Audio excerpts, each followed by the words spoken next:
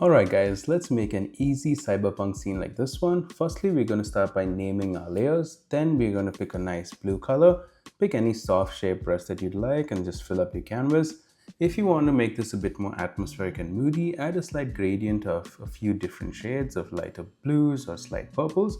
Then we'll add in a new layer and we're just going to add in some random blocks here. Do not pay too much attention to the detail or shape of these. We just want an array of blocks in the background, and that is all. After that, we're going to start adding some lights. And the easiest way to do this is to use the rectangle selection tool and then just draw in some rows of lights. After that, we are going to have fun by using a textured brush as the eraser and then just erasing out some of these lights. Now you can rinse and repeat the same process by adding in different blocks, copy pasting them everywhere, adding chunks of different lights. And to make this a bit more elaborate, we're going to add in some text, and these are going to be signboards. So you can write in whatever you want. I went with art block and just draw. And go crazy with the signboards, because here's where we're going to have as much fun as we want and make this completely uniquely yours. So add in Easter eggs, add in story elements, add in whatever you guys want. After that, we're going to add a block of texture right up in front. And we are slowly going to take this and turn this into a house. Now, the key thing that we have to remember is that we have to make it as easily recognizable as possible. So add in easy to notice things like a roof, an AC box, maybe some tiles, maybe some protrusions coming out. And you can even add a window with some curtains and some grills just to make it feel more realistic. And I always love adding leaves because it adds a nice detail to it. After that, we're going to add a smaller house to the bottom left. This just makes it feel again a little bit more realistic, that there is more people living here, that this isn't just some random house in the middle of nowhere.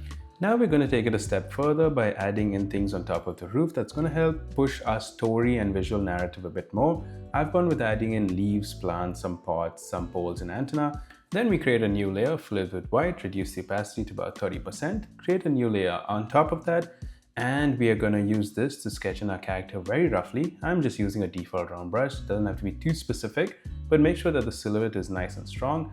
Then on a layer below that, we are going to fill in our character with a nice final outline which does not have any gaps, so it's easy to fill in. And we'll do some very rough coloring and blocking in just to add a bit of visual interest and detail to the character.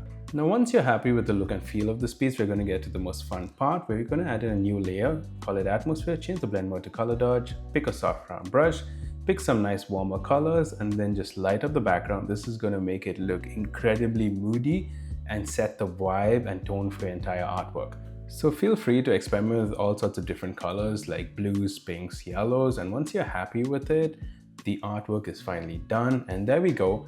And as usual, you guys can find the full-length tutorial of this already up on my Patreon, and you can find all my links in the description below for my Gumroad to get my brushes, tutorials, lessons, anything and everything. And if you guys want me to make any specific artworks, let me know it down in the comments below. I'm making a list and ticking them off one by one, so let's get to that, and I'll see you guys in the next one.